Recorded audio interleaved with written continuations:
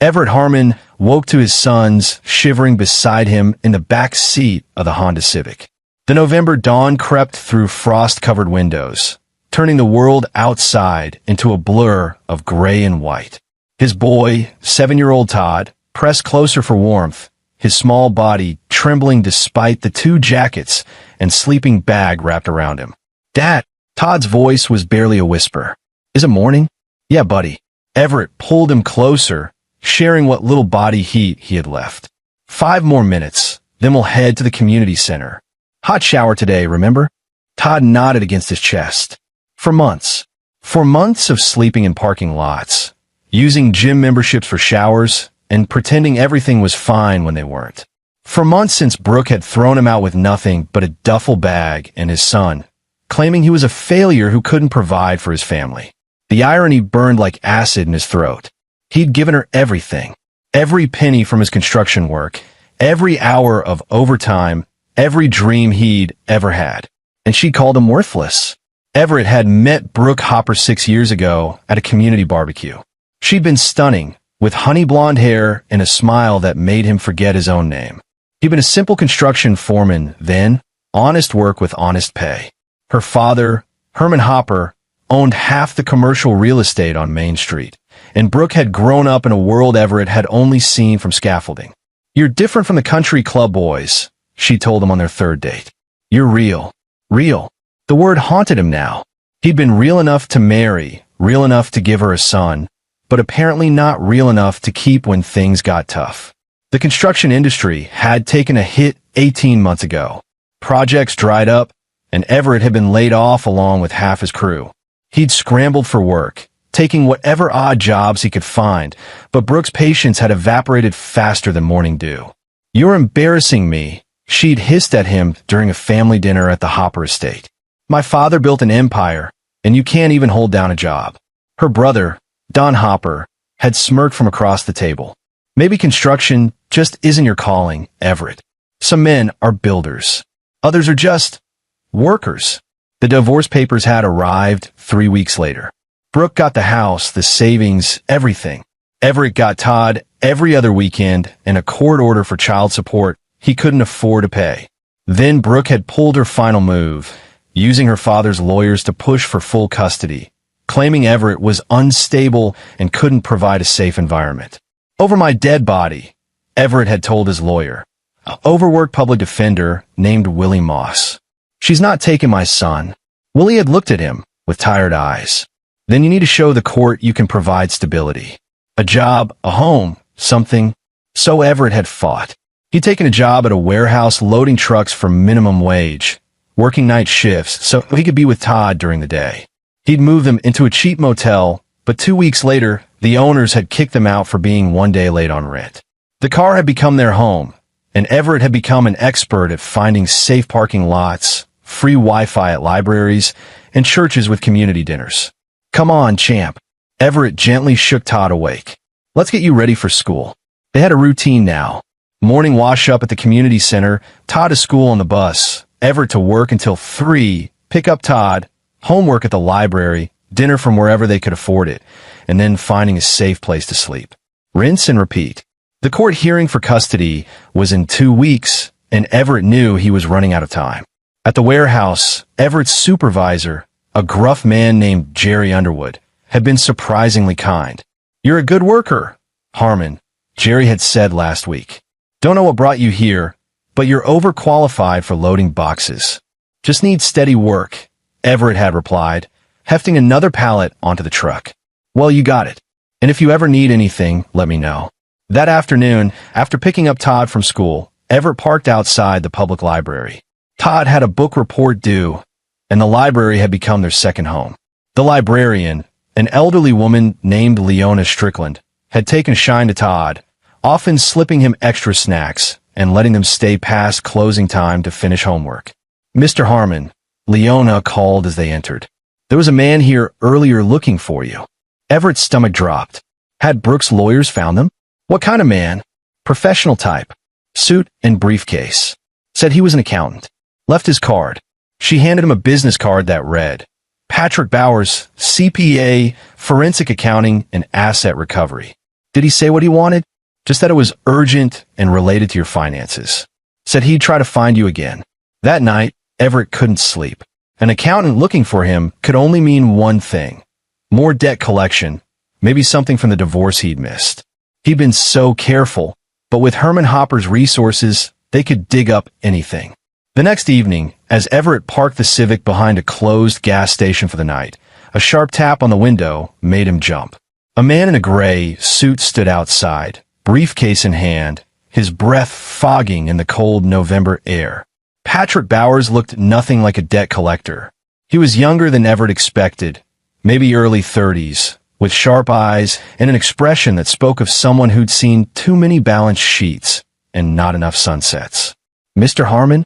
Patrick's voice was muffled through the glass. "I need to speak with you. It's about the property on Main Street." Everett rolled down the window an inch, Todd stirring in the back seat. "I don't own any property. You got the wrong guy. Are you Everett James Harmon, married to Brooke and Hopper on June 15th, 6 years ago? Was married. We're divorced. Then I have the right person." Patrick glanced at Todd, sleeping in the back. "This conversation requires privacy. There's a diner across the street. My treat. You need to hear this." 20 minutes later, Everett sat across from Patrick in a worn booth at the Riverside Diner, having left Todd sleeping safely in the car where he could watch from the window. Patrick had ordered coffee and spread documents across the table like a detective laying out evidence. "Mr. Harmon, do you remember signing incorporation papers for a business approximately 4 years ago?" "I signed a lot of papers when I was married. Brooke's father always had something for me to sign. He said it was tax stuff or family trust documents. I trusted him." Patrick's expression hardened. One of those documents was a deed of incorporation for a restaurant called the Heritage Grill on Main Street. "According to these records, you are the sole proprietor and owner." Everett stared at him. "That's impossible. I've never owned a restaurant. I don't even know how to run one." "Legally, you do. The business was established in your name, with your signature, witnessed, and notarized." Patrick pulled out another document. "The restaurant has been operating for 3.5 years. Current monthly revenue averages $47,000. The words hit Everett like a physical blow. "What? $47,000 a month, Mr. Harmon. Gross revenue, of course. After operating costs, the net profit is roughly $22,000 monthly." Patrick leaned forward. "Every single deposit has been going to an account registered to Herman Hopper." The diner seemed to tilt. Everett gripped the edge of the table, his mind racing. "How is that possible? How did I not know? That's what I'm trying to determine. I was hired by the IRS to investigate discrepancies in the Hopper family's tax returns. What I found was a sophisticated shell game. Your restaurant shows minimal profit on paper due to inflated operating costs, but the actual revenue stream has been diverted to Herman Hopper's personal accounts.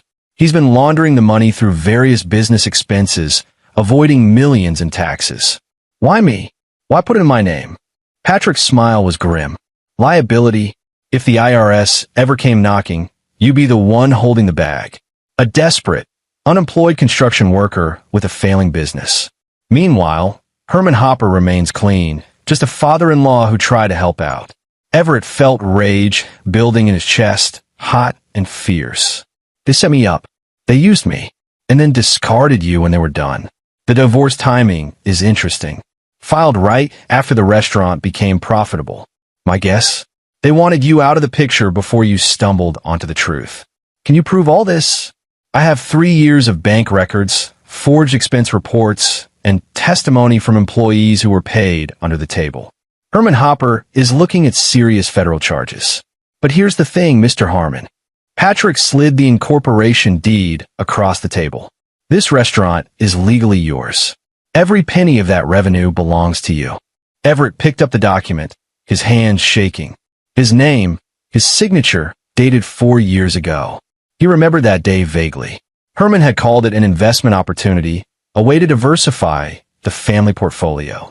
Brooke had been excited, saying her father was finally accepting Everett into the inner circle. It had all been a lie. "What happens now?" Everett asked. "The IRS is building a case against Herman Hopper. They'll want your cooperation. In exchange, You'll get your business back, full ownership transfer to your control. You'll also have ground for a civil suit against the entire Hopper family for theft, fraud, and conspiracy. How long until this goes public? The IRS moves slowly. Could be months before charges are filed. But your ownership is immediate. That restaurant is yours right now. You could walk in tomorrow and take control. Everett looked out the diner window at his Civic, at his son sleeping in the back seat. For months of hell. For months of his son shivering in the cold, of scraping together spare change for dollar menu dinners, of watching Todd try to be brave while his world fell apart. And all while the Hoppers had been stealing from him, living in luxury off his name, his signature, his legal liability. Mr. Bowers, Everett said slowly, how much cooperation does the IRS need? Patrick raised an eyebrow. What are you thinking? I'm thinking that if this restaurant is legally mine, then I have certain rights. Management decisions. Operational control. And I'm thinking that the Hopper family doesn't know you've found me yet. A smile crossed Patrick's face. No, they don't. Herman thinks you're just another deadbeat living in a car. He has no idea I've been tracking his accounts. Then let's keep it that way. Everett's mind was already working, pieces falling into place. How long can you give me before the IRS moves in? I can probably stall for 2, maybe 3 weeks. But Mr. Harmon, you need to understand. I understand perfectly. Everett stood, gathering the documents. They tried to destroy me. They took everything and then threw me away like garbage. Now I'm going to show them what a real builder can do. What's your plan? Everett looked out at his sleeping son, at the car that had been their home, at the life the Hoppers had reduced him to. I'm going to take back what's mine, and I'm going to make sure they never forget it. The next morning, Everett stood across the street from the Heritage Grill, watching the morning rush of customers filing in. The restaurant occupied a prime corner location on Main Street, housed in a beautifully restored historic building with floor-to-ceiling windows and an elegant facade. He'd driven past it 100 times over the past 4 years and never once suspected it was his. Todd tugged at his hand. Dad, why are we looking at that restaurant? Because, buddy, that's ours. Ours? Yeah, I'll explain later. Right now, I need you to do something important for me. Can you be brave? Todd nodded seriously. At 7 years old, he'd already learned more about being brave than most adults ever would. Everett pulled out the business card Patrick had given him. I need to make some calls. Let's go to the library. At the library, while Todd worked on his homework with Leona, Everett used the computer lab to do research. The Heritage Grill had a website, professionally designed with photos of elegant dishes and a warm, upscale atmosphere. The menu featured farm-to-table cuisine with prices that made Everett wince. No wonder it was pulling in $47,000 a month. The staff page showed a general manager named Julia Marshall, a chef named Ricardo Jenkins, and a dozen other employees. But what caught Everett's attention was the About page. It told a heartwarming story about how the restaurant was founded by a local family dedicated to preserving culinary traditions and was managed by the Hopper family's commitment to community excellence. Not one mention of Everett. They'd erased him completely. He pulled out his phone and called Patrick. I need information on the restaurant's staff. Who knows what? Julia Marshall, the general manager, has been there since day one. She reports directly to Herman Hopper and handles all the accounting. She knows everything. What about the other staff? Most are legitimate employees who think they're working for a Hopper family business. They're paid properly, taxes withheld, everything above board on their end. The scheme only works if the rank and file are clean. So Julia Marshall is the key. She's the gatekeeper, and she's loyal to Herman. Getting her to cooperate won't be easy. Everett thought for a moment. What if I don't need her to cooperate? What if I just need her out of the way? What are you planning? I'm a legal owner, right? That means I can make management decisions. Technically, yes. But Herman has been operating as the de facto owner. If you start making changes, he'll know something's up. Let him know. I want him worried. I want him wondering what's happening. Everett's voice hardened. He spent 4 years stealing from me while I slept in my car. Now it's his turn to lose sleep. That afternoon, Everett walked into the Heritage Grill dressed in the one suit he still owned, slightly wrinkled from being stuffed in his duffel bag. He dropped Todd at school and taken a morning off work, calling in sick for the first time in 4 months. Jerry had been understanding. The lunch rush was winding down, and the restaurant hummed with quiet efficiency. Everett approached the hostess stand where a young woman named Kelsey French smiled professionally. "Welcome to the Heritage Grill. Do you have a reservation? I need to speak with Julia Marshall." "Is this regarding employment?" "No, it's regarding ownership." Kelsey's smile faltered. "I'm sorry, I don't understand." Everett pulled out the incorporation deed. "I'm Everett Harmon, the legal owner of this establishment. Get Julia. Now." 5 minutes later, a tall woman in her 40s emerged from the back office. Julia Marshall had the bearing of someone used to control, her dark hair pulled back in a severe bun, her expression coldly professional. "I'm Julia Marshall. There seems to be some confusion." "No confusion. I'm Everett Harmon. This restaurant is registered in my name, and I'm here to assume operational control." He held out the deed. "Everything here belongs to me." Julia barely glanced at the document. "Mr. Harmon, I'm aware of the legal registration. However, this restaurant is operated under the management of Herman Hopper, who has full authority. Had full authority. That ends today. I'm giving you notice of immediate termination. You have 1 hour to collect your personal belongings and vacate the premises." The color drained from Julia's face. "You can't do that. Herman doesn't own this restaurant." "I do. And as of right now, you no longer work here."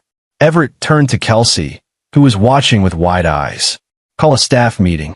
Everyone currently on shift in the dining room, 5 minutes." Julia stepped forward, her voice dropping to a hiss. "Do you have any idea what you're doing? Herman Hopper will destroy you." He already tried. I'm still here." Everett met her gaze without flinching. 1 hour, Ms. Marshall. Then I'm calling the police and having you removed for trespassing." The staff meeting was awkward and tense. 15 employees gathered in the dining room, confusion written across their faces. Ricardo Jenkins, the head chef, crossed his arms skeptically. "What's going on? Where's Herman?" Everett stood before them, feeling the weight of their stares. These people had jobs, families, bills to pay. They deserve the truth. "My name is Everett Harmon, and I'm the legal owner of the Heritage Grill. This restaurant was incorporated in my name 4 years ago, but I was kept in the dark about its operation. The Hopper family has been using my business for their own purposes, and that ends today." A server named Sherry Sloan raised her hand tentatively. "Are we being fired?" "No. If you want to keep working here, your jobs are safe. I'm not interested in punishing you for what the Hoppers did. But things are going to change, and I need to know who's willing to stay and help me make this right." Ricardo stepped forward. "Look, man, I don't know what's going on between you and Herman, but we've got a dinner service in 3 hours. You want to play owner? Fine, but don't screw with my kitchen." "I won't. You keep doing what you do best. I'll handle the rest." "What about Julia?" Sherry asked. "She manages everything. Julia is no longer employed here. I'll be taking over management until I can hire a proper replacement." The staff exchanged uncertain glances. Finally, an older waiter named Stephen Mathis spoke up. "Mr. Harmon, most of us have been here since the beginning. We know Herman runs this place. If you're really the owner, prove it." Everett appreciated the directness. "Fair enough." He pulled out his phone and called Patrick. "Can you send the incorporation documents to the restaurant's email? The staff needs verification." 5 minutes later, Kelsey confirmed the email arrival. Stephen reviewed the documents on the computer behind the hostess stand, his expression gradually shifting from skepticism to shock. "These are legal," Stephen said quietly. "He's really the owner." The atmosphere in the room changed. Ricardo uncrossed his arms. Sherry looked at Everett with new curiosity. Even Julia, who'd been watching from the office doorway, seemed to deflate. "So what now?" Ricardo asked. "Now we run this restaurant properly. I'll need to learn the operations, understand the finances, and figure out exactly what the Hoppers have been doing. In the meantime, business continues as usual. Can you all handle that?" Heads nodded around the room. These were good people, hardworking people. They just wanted stability. "One more thing," Everett added. "Everything we discuss stays in this room. The Hoppers don't know I'm here yet, and I'd like to keep it that way for a little while." Can I trust you all to keep this quiet? More nods, though Everett knew it was only a matter of time before word leaked. That was fine. He wanted Herman to know. He wanted him to feel the ground shifting beneath his feet. After the meeting, Julia approached him privately. Her earlier hostility had been replaced by calculation. Mr. Harmon, perhaps we got off on the wrong foot. I've managed this restaurant for nearly 4 years. I know every detail of the operation. You need me. I need honest people. Are you honest, Ms. Marshall? She hesitated just long enough to give herself away. I follow orders. Herman Hopper's orders. And where did those orders tell you to send the revenue? That's confidential financial information. Not when it's my business. Last chance, Ms. Marshall. You can cooperate with me now, or you can explain to the IRS later why you helped funnel money illegally. Julia's face went pale. How much do you know? Everything. Bank accounts, forged expenses, tax evasion. You're in this deep, Ms. Marshall. But if you help me, I might be willing to testify that you were coerced. She sat down heavily in a chair. Herman said you'd never find out. He said you were just a construction worker, too stupid to ask questions. The word stung, but Everett kept his expression neutral. He underestimated me. People do that a lot. Now, are you going to help me, or do I let the federal prosecutors have you? Julia looked up at him, defeat in her eyes. What do you want to know? Everything. Over the next 3 days, Everett learned more about the restaurant industry than he'd ever imagined. Julia, now cooperative out of self-preservation, walked him through every aspect of the operation. The accounts payable, the supplier contracts, the staffing schedules, the inventory management. But more importantly, she showed him the second set of books. Herman Hopper's scheme was elegant in its simplicity. The restaurant generated legitimate revenue, but the expenses were inflated through fake supplier invoices. Organic produce from a non-existent farm. Premium ingredients from a shell company. Consulting fees to businesses that didn't exist. All of it funneled money back to Herman's accounts while making the restaurant appear barely profitable on paper. How much total? Everett asked, sitting in the restaurant's office after closing time. Julia pulled up a spreadsheet she'd been maintaining. Over 3.5 years, just over $1.3 million. The number hit Everett like a punch. While he'd been sleeping in his car, unable to buy his son a warm meal, the Hoppers had stolen over $1 million from him. Does Brooke know? She knows. She's the one who suggested putting it in your name. Said you'd never figure it out, that you were too trusting. Julia's voice was flat, empty of emotion. Don Hopper handles the fake invoices. Brooke manages the shell companies. It's a family operation. Everett leaned back in a chair, processing. His ex-wife, the woman who'd called him worthless, had orchestrated his destruction. The woman he'd loved, who'd given him his son, had looked at him and seen only a useful idiot. Why are you telling me this? Everett asked Julia. Because Herman promised me a partnership stake. 5 years of loyal service, and I'd get 10% ownership. It's been nearly 4 years, and suddenly he's talking about selling the restaurant and moving to Florida. I'm getting nothing. She met his gaze. Herman Hopper uses people. I'm done being used. What do you want? Immunity from prosecution. A good reference. And maybe, if you keep the restaurant, a chance to stay on with actual legal operations. Everett considered. Julia was complicit, but she was also a valuable asset. I'll talk to Patrick about the immunity. The reference depends on how helpful you are. And if I keep the restaurant, we'll see. That night, Everett sat in his car with Todd, parked behind the restaurant in the lot he now legally owned. Todd was asleep, but Everett couldn't stop his mind from racing. He had the proof, the documents, the testimony. He could go to the authorities right now and watch the Hopper family burn. But that felt too simple, too clean. They'd systematically destroyed his life, separated him from his son, left them homeless and starving. A criminal investigation would hurt them, sure, but it wouldn't make them feel what he'd felt. Everett wanted more. He wanted them to experience the humiliation, the betrayal, the gut-wrenching moment when everything they thought was secure crumbled beneath them. He pulled out his phone and called Patrick. How long until the IRS moves? I've been stalling, but they're getting impatient. Maybe another week before they demand we move forward. 1 week. That's enough. Everett's mind was already forming a plan. I need you to do something for me. Can you contact Herman Hopper's lawyer? Why would I do that? Because I want to schedule a meeting. Business negotiation. Tell them I'm willing to sell the restaurant to Herman for a reasonable price. There was a pause. Everett, what are you planning?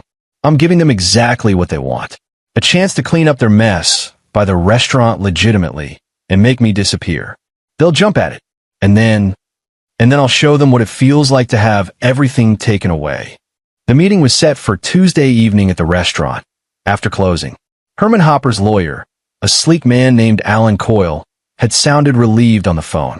Mr. Hopper is very interested in acquiring the property, Alan had said. I'm sure we can reach an amicable agreement. Everett spent the intervening days preparing. He had Patrick secure additional documentation. He had Julia prepare a comprehensive financial report showing the true revenue. He reached out to Jerry at the warehouse and explained the situation, earning a hearty slap on the back and an offer of any help needed. But the most important preparation was emotional. Everett had spent 4 months being beaten down, humiliated, made to feel worthless. Now he needed to remember who he was. Not a victim, not a failure, a fighter. On Tuesday morning, Everett picked up a suit from the dry cleaners, paid for with his first advance from the restaurant's legal accounts. He got a haircut. He stood straighter. When he looked in the mirror, he saw someone different from the desperate man who'd been sleeping in a car. He saw someone who was about to take his life back. That afternoon, he made one final call. To someone special. Someone who would make the evening's revelation even more perfect. At 7 p.m., Everett stood in the Heritage Grill's main dining room. The lights dim, the space elegant and quiet. Patrick stood beside him, briefcase full of documents. Julia waited in the back office, ready to testify if needed. The door opened, and the Hopper family entered like they owned the place. Because until recently, for all practical purposes, they had. Herman Hopper led the way, a large man in his 60s with silver hair and the confident swagger of someone who'd never been told no. Behind him came Don Hopper, younger but with the same entitled air. And then Brooke, still beautiful, still cold, her eyes widening in shock when she saw Everett standing there in a suit, looking nothing like the broken man she'd divorced. What the hell is this? Herman's voice boomed across the restaurant. Where's Julia? Julia works for me now, Everett said calmly. This is my restaurant, after all. Don laughed, a harsh, ugly sound. Your restaurant? You're living in a car, Everett. You don't own anything. Actually, I do. Have a seat. Let's discuss the terms of your surrender. Brooke stepped forward, her face twisted with contempt. Surrender? You delusional loser. My father is offering to buy this property out of pity. You should be grateful we're even giving you a chance to walk away with something. Everett felt the old anger rising, but kept it controlled. Walk away with something? Like you walked away with our house? Our savings? My son's security? I walked away from a man who couldn't provide for his family. Brooks shot back. A man who was so pathetic he didn't even notice his own business existed. That's enough. Alan Coyle, the lawyer, stepped between them. Mr. Harmon, we're here in good faith to negotiate. Herman is prepared to offer you $200,000 for the full transfer of the restaurant and all associated assets. $200,000 for a business generating over $500,000 annually. It would have been insulting if it wasn't so predictable. Let me make sure I understand, Everett said slowly. You want to pay me $200,000 for a restaurant that's generated over $1.3 million in profit over the past 3.5 years. Herman's expression flickered. Just for a moment, uncertainty crossed his face. You've been stealing from me, Everett continued. Forging invoices, creating shell companies, funneling my revenue into your personal accounts while I slept in my car with my son. And now you want to buy your way out of criminal prosecution. The room went silent. Don's smirk faded. Brooke went pale. Herman's face reddened with anger. You can't prove any of that, Herman said, but his voice lacked conviction. Patrick stepped forward, opening his briefcase. Actually, we can. Bank records, forged invoices, testimony from your own general manager, and a very interested IRS investigation. The federal government is very interested in the Hopper family's creative accounting. This is extortion, Alan said quickly. We'll fight this in court. Please do. Everett pulled out his phone. Because I've already contacted the IRS, the state attorney general, and the local press.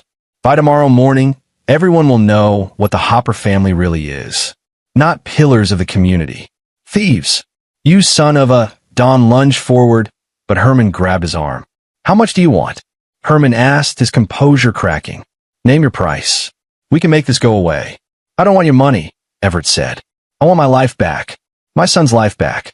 And I want you to feel what I felt. What does that mean? Brooke's voice was shrill now, the confident mask slipping. The restaurant door opened again, and Everett smiled as a woman entered. She was in her 50s, elegantly dressed, with sharp eyes and an official bearing. Behind her were two younger people carrying cameras and equipment. Herman Hopper, the woman asked. I'm Marcia Travis from the State Tax Commission.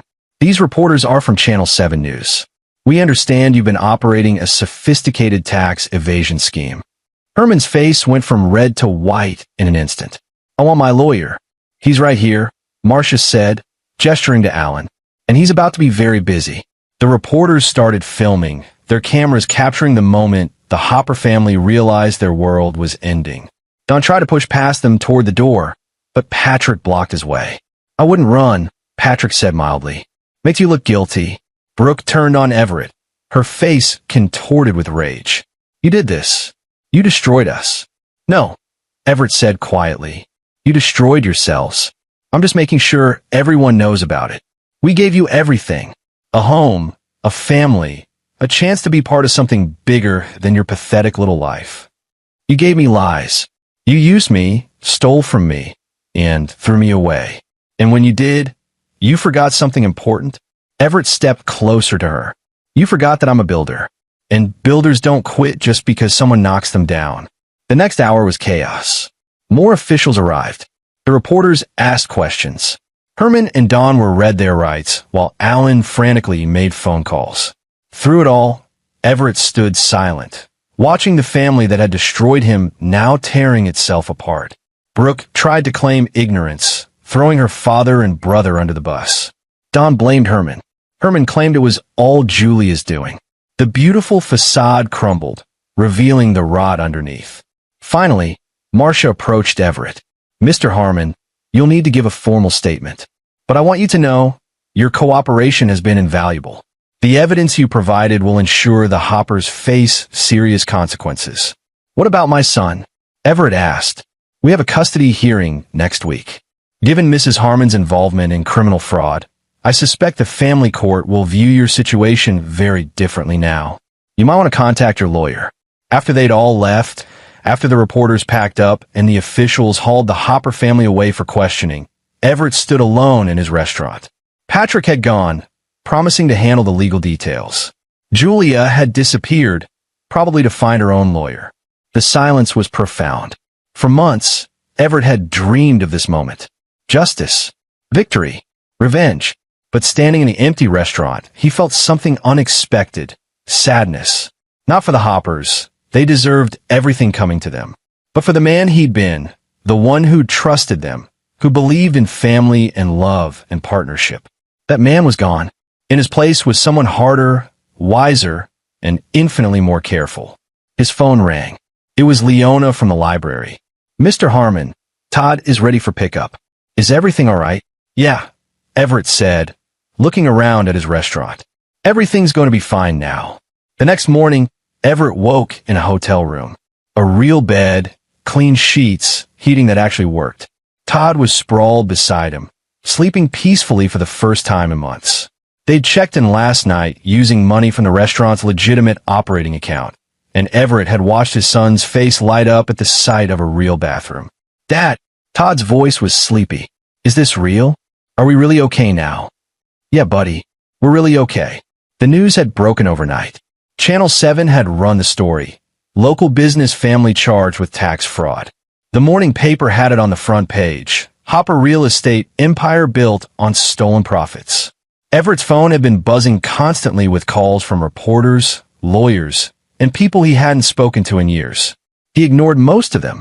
There was only one call he needed to make. Willie Moss answered on the second ring. Everett? Man, I saw the news. This is incredible. Willie, I need you to file an emergency motion for the custody hearing. Given Brooke's criminal charges, I want full custody of Todd effective immediately. Already on it. Judge Harrison called me this morning. The hearing's been moved up to tomorrow, and he indicated he's very sympathetic to your situation. Everett, I think you're going to get everything you want. Everything he wanted. Full custody. His restaurant. His life back. It should have felt better than it did. That afternoon, Everett took Todd to the restaurant. In daylight, with his son by his side, it felt different. Real. The staff was already there, preparing for lunch service. Ricardo greeted them at the door. "Boss," Ricardo said with a respectful nod. "Heard the news. Hell of a thing." "Yeah. Listen, Ricardo, I need to know if you're staying. Things are going to be different now." Ricardo smiled. "Different how? You going to meddle with my kitchen?" "Not if you keep making food this good. Then I'm staying. This is the best gig I've had in 20 years. I don't care whose name is on the deed, as long as the kitchen runs right." Over the next few hours, Everett met with each staff member individually. Most wanted to stay. A few, concerned about the publicity and uncertain about the future, decided to move on. Everett gave them good references and severance pay from his own pocket. No hard feelings. Julia was the most surprising. She arrived at noon, looking tired but determined. "I spoke with my lawyer," she said without preamble. "He says if I testify against the Hoppers, I'll likely get probation and community service. No jail time. That's good. He also says I should look for other employment. Fresh start, clean slate." Everett studied her. Julia had been complicit, but she'd also been used. Just like him, in a different way. "What do you want, Julia?" "Honestly, I want to keep working here. I'm good at my job, and I've learned my lesson about following orders without asking questions." She met his gaze. "I know I don't deserve it, but I'm asking anyway. Why should I trust you? Because I have nothing left to lose by being honest. And because I see what you're trying to do here. You could have just destroyed the Hoppers and walked away. But you're rebuilding. That takes guts." Everett considered. Trust was dangerous, but so was judgment without redemption. Probationary period. 3 months. You help me restructure this place legitimately, train your replacement, and prove you're serious about making this right. After that, we'll see. Relief flooded Julia's face. "Thank you. Don't thank me yet. I'm going to work you harder than Herman ever did." That evening, Everett sat with Todd in the restaurant's back office.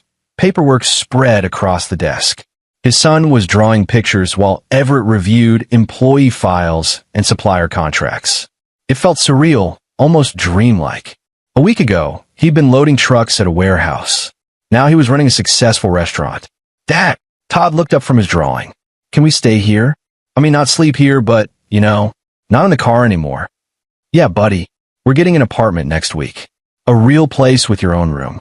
Todd grinned, then went back to his drawing.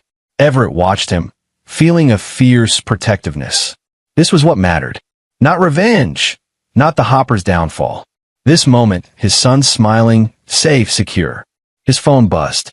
A text from Patrick. "Court hearing tomorrow 9 a.m. Hopper's trying to negotiate. Herman offering full custody if you drop civil suit. We're considering." Everett stared at the message. Drop the civil suit, and the Hoppers would face only criminal charges. They'd lose their freedom, their reputation, but they'd keep whatever assets hadn't been seized. It was a tempting offer, but Everett had learned something over the past 4 months. Sometimes justice wasn't about what you could get. It was about what was right. He texted back, "No deal. We're seeing this through." The custody hearing the next morning was brief and decisive. Brooke didn't even show up, her lawyer claiming she was too distraught. Herman and Don were out on bail, but conspicuously absent. Only Alan Coyle appeared, looking defeated. Judge Harrison reviewed the evidence with barely concealed disgust. "Mr. Harmon, given the circumstances and Mrs. Harmon's criminal charges, I'm granting you full legal and physical custody of Todd Harmon, effective immediately. Mrs. Harmon will have supervised visitation, rights contingent on her legal situation." It was over in 15 minutes. 7 years of marriage, 4 months of hell, and it ended with a gavel strike and a piece of paper. Todd hugged him in the courthouse hallway. "We did it, Dad. We really did it." "Yeah, we did." Everett held his son close, feeling something break open in his chest. Relief. Joy. Freedom. Willie clapped him on the shoulder. Congratulations, Everett. You got your boy back. What happens now? With the Hoppers. Criminal trial will take months. The civil suit moves faster. You're looking at potentially millions in damages, given the theft and emotional distress. They're finished, Everett. Completely and totally finished. Driving back to the hotel with Todd, Everett passed the Hopper estate. It was a massive colonial mansion on 5 acres, the kind of place he'd once been intimidated by. Now, looking at it, he felt nothing. Just a house. Just walls and windows and a facade of importance. Real wealth wasn't in mansions or bank accounts. It was sitting beside him, humming along to the radio, finally feeling safe. 3 weeks later, the Heritage Grill reopened under new management. Everett had spent the intervening time working 18-hour days, learning the business from the ground up. He'd renegotiated supplier contracts, legitimate ones with real farms and distributors. He'd hired a new assistant manager to help Julia, a sharp woman named Amy Chambers who'd worked in hospitality for 20 years. He'd revamped the menu with Ricardo, focusing on quality over pretension. And he'd moved into a 2-bedroom apartment near Todd's school, a modest place but clean and warm in theirs. The reopening was invitation only, a soft launch before the public grand opening next week. Everett had invited the staff, their families, and a few select others. Jerry from the warehouse came with his wife. Leona from the library arrived with flowers. Willie Moss brought a bottle of wine. But the guest who mattered most was Stephen Mathis's daughter, Renee Klein. She was a family court social worker who'd been assigned to Todd's case during the custody battle.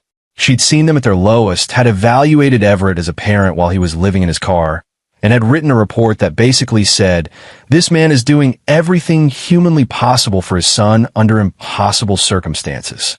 "Mr. Harmon," Renee said warmly, shaking his hand, "I'm so proud of you. What you've accomplished is remarkable. I had help." Everett gestured around the restaurant. "None of this happens without people believing in me. People can only believe in you if you give them something to believe in. You did that. The evening was perfect. The food was excellent, the atmosphere warm, and for the first time in forever, Everett felt like himself. Not a victim, not a revenge seeker, just a man rebuilding his life with the people who mattered." Ricardo made a toast. "To the boss who actually knows how to let a chef work. And to the craziest comeback story I've ever seen." Everyone laughed and raised their glasses. Todd, sitting beside Everett with a Shirley Temple, grinned up at him. "You did it, Dad.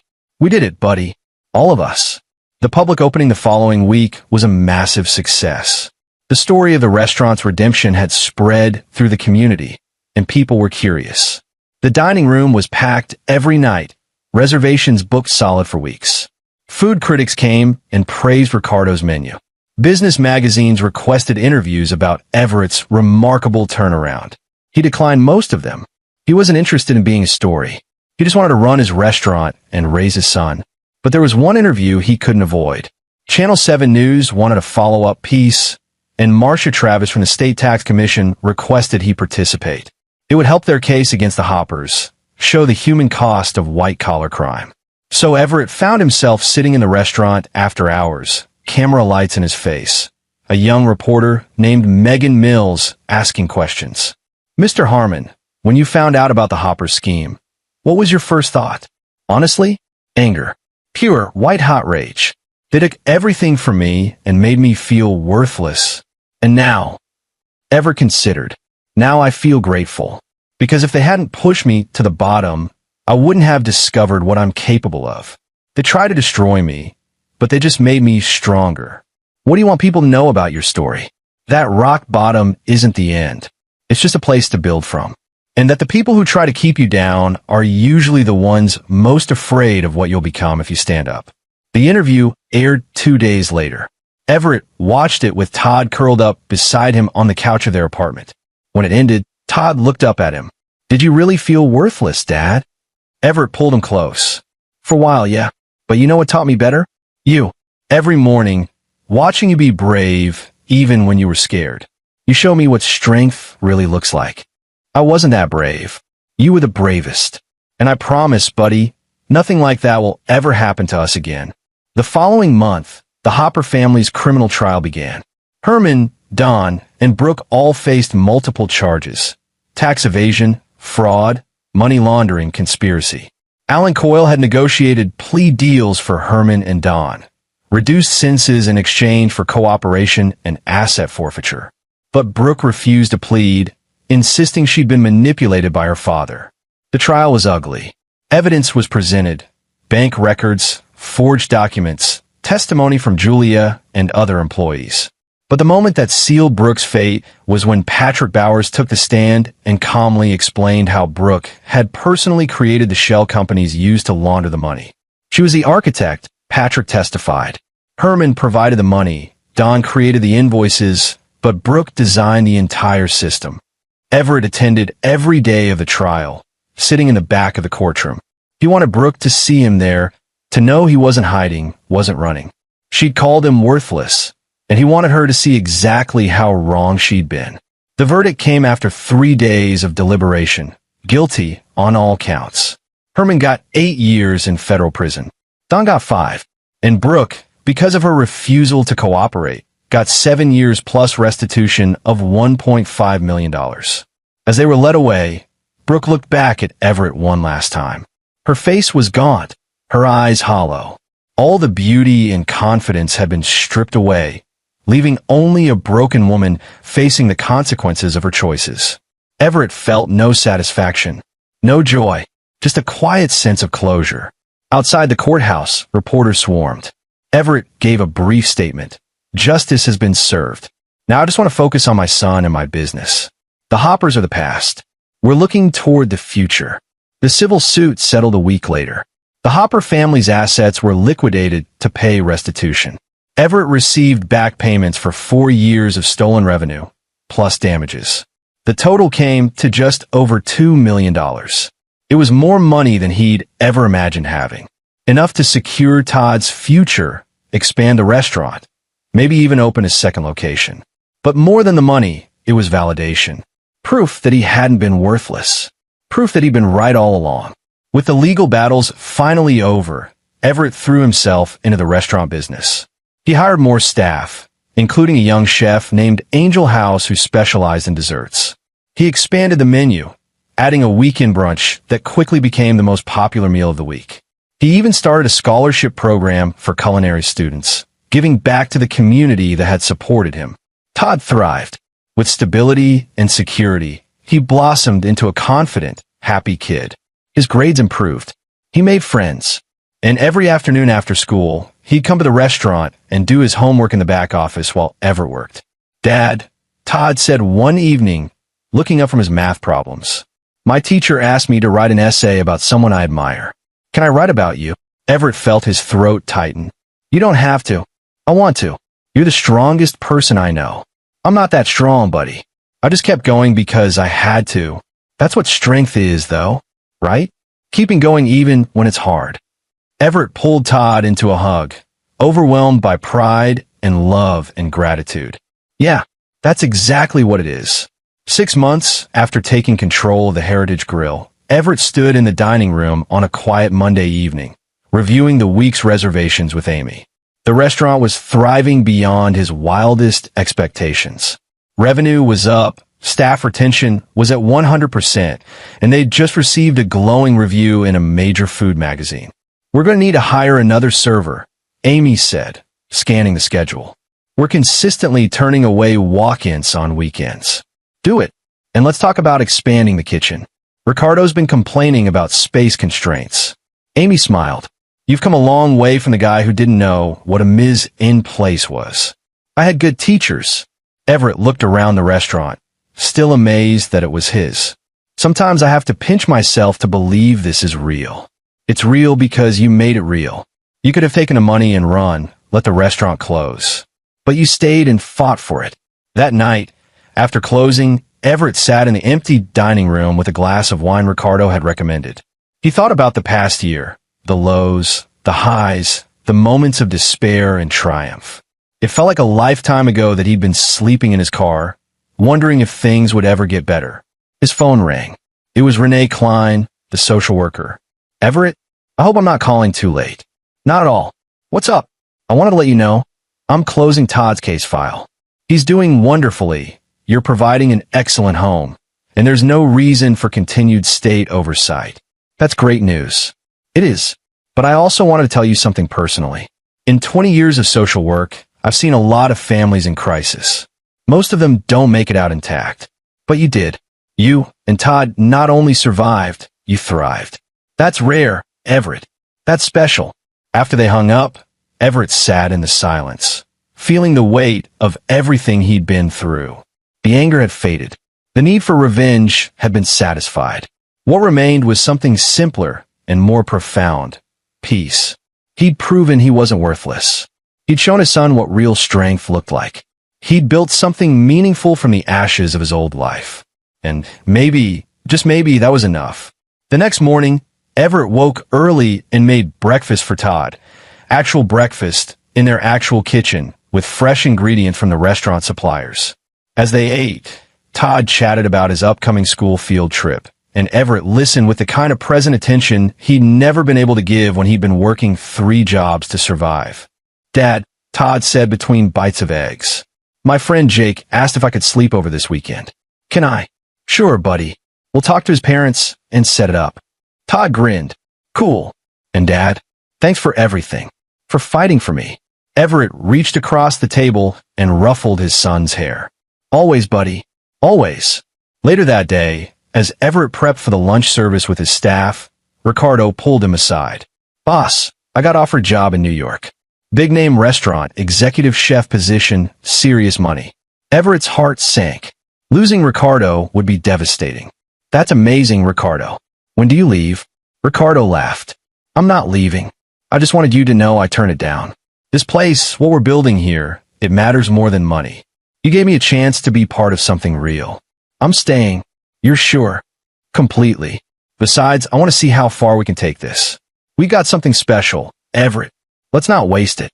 That sentiment seemed to echo through everyone connected to the Heritage Grill. The staff wasn't just working for a paycheck. They were invested in the restaurant's success because they felt valued, respected, and part of something meaningful.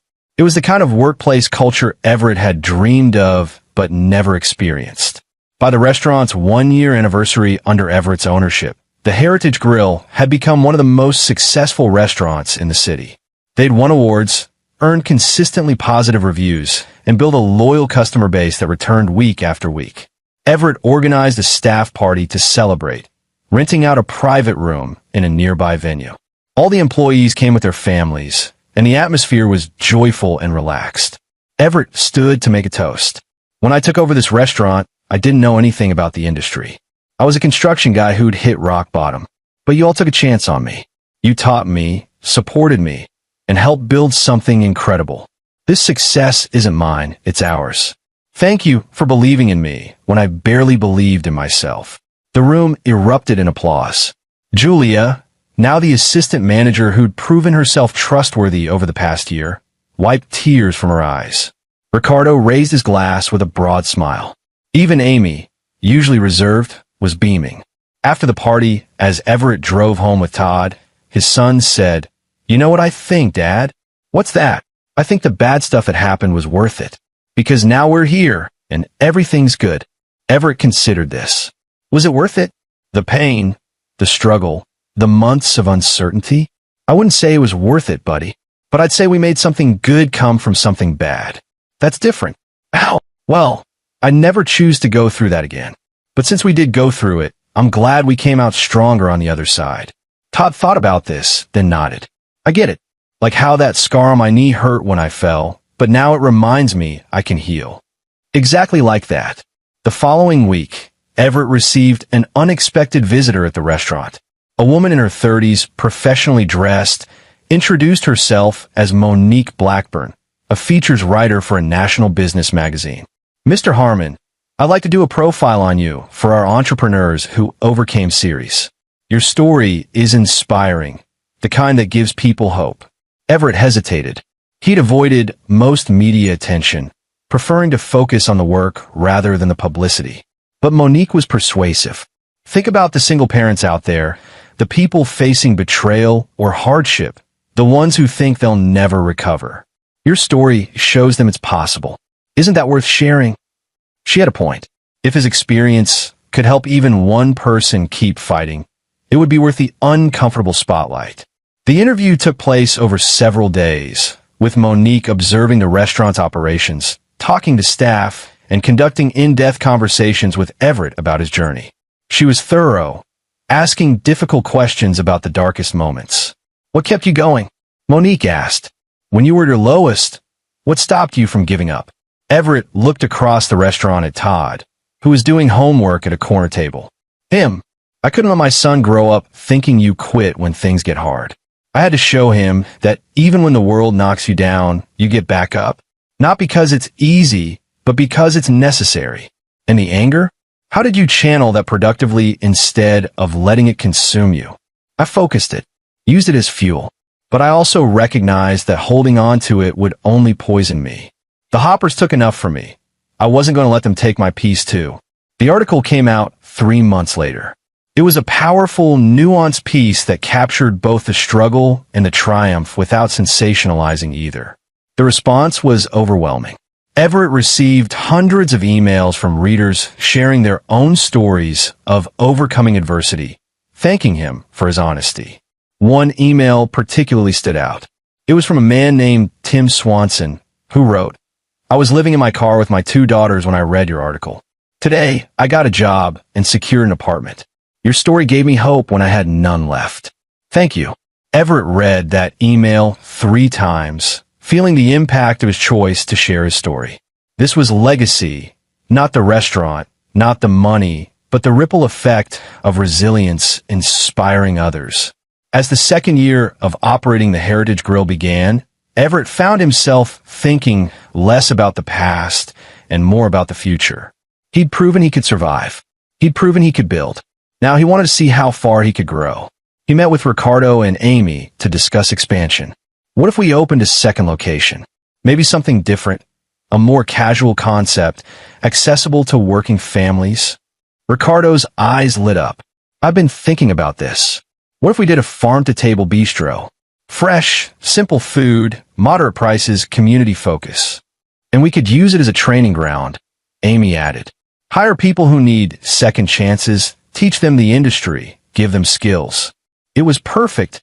They spent months planning, securing a location in a revitalizing neighborhood, designing a menu, and hiring staff.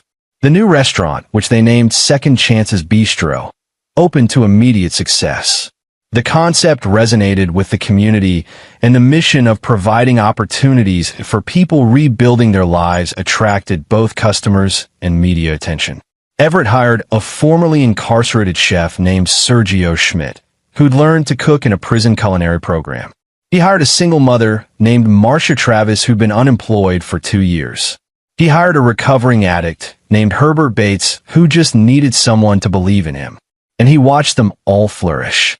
You're doing more than running restaurants, Julia told him one evening as they reviewed the finances for both locations. You're changing lives. I'm just paying it forward. People gave me chances when I needed them most. That's leadership, Everett. Real leadership isn't about power. It's about lifting others up. One night, about 2 years after taking control of the Heritage Grill, Everett received a letter.